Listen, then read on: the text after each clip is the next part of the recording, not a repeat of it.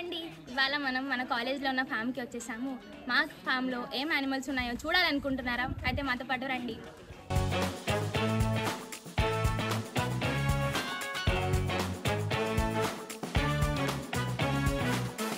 ఇప్పుడు మనం వచ్చేసాము మన ఫామ్లో ఉన్న క్యాటిల్ షెడ్కి. ఇందులో ఏమేమి యానిమల్స్ ఉన్నాయో చూద్దాం పదండి.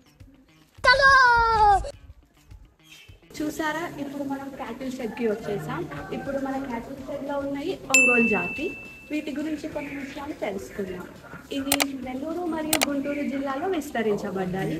ఇవి చూడడానికి భారీగా ఉన్నా కానీ వీటి మీద మాత్రం చాలా చిన్నగా ఉంటుంది. ఈ ఒంగోలు జాతి జంతువులు చాలా తెల్లగా ఉంటాయి. ఇందులోటి మగవాటికి అమ్ము పైన, తలపైన, మెడపైన బూడిద రంగు గుర్తులు ఉంటాయి. వెనక కాళ్ళు మరియు ముందు కాళ్ళు ప్యాషన్లపై మచ్చలు ఉంటాయి.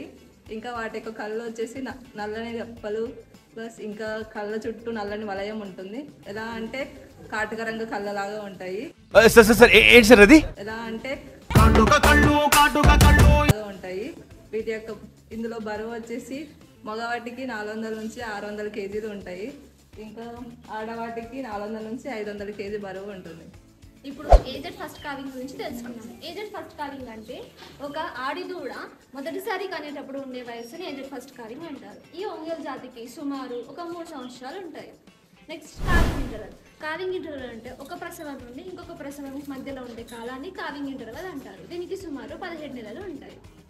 ఇప్పుడు వీటి టిపికల్ క్యారెక్టర్స్ తెలుసుకుందాం. ఈ ఆవులు పెద్ద తల మరియు విస్తారమైన నుదురు మరియు భారీ శరీరం అంటే జిమ్ బాడీ కలిగి ఉంటాయి. ఇవి సగటు పాలిస్తాయి. ఎద్దులు దున్నడానికి ఉపయోగిస్తాం.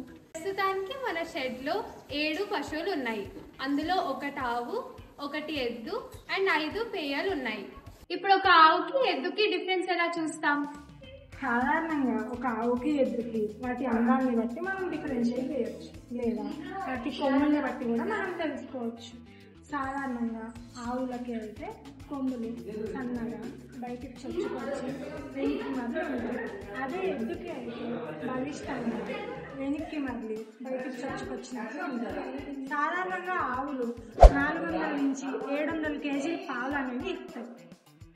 దాంట్లో ఫ్యాట్ పర్సెంటేజ్ అనేది 4.2% అనేది మనం చూసాం. ఈరోజు మనం ఒంగోలు ఆవుల ఆహార చరిత్రను తెలుసుకుందాము. మన ఫామ్లో మనం ఉపయోగించే పద్ధతి ఆధునిక పద్ధతి. దీన్ని బ్యాలెన్స్ ఫీడింగ్ అంటాము. ఇందులో మనం పచ్చిగడ్డి, ఎండుగడ్డి మినరల్ మిక్చర్, కాన్సన్ట్రేట్ ఫీడ్ ఇస్తాము. ఇంకా నీరు మనం 40 నుంచి 60 లీటర్ల వరకు ఇస్తాము. దీనివల్ల మనం ఆరోగ్యకరమైన ఇంకా ఉత్పత్తిని కూడా పెంచవచ్చు. ఓకే గైస్, ఈ వీడియోలో మనం మన ఫామ్లో ఉన్న క్యాటిల్ షెడ్ని అయితే చూసేసాం. ఇంకా ఒంగోలు బ్రీడ్ గురించి కూడా తెలుసుకుందాం. ఇంకా మా కాలేజీలో ఉన్న ఏమేమి షెడ్లు ఉన్నాయో వాటి యానిమల్స్ గురించి మీరు ఏం తెలుసుకోవాలనుకుంటున్నారో చెప్పండి, కమెంట్ బాక్స్లో చెప్పండి. నెక్స్ట్ వీడియోలో మనం వేరే షెడ్ని చూద్దాం.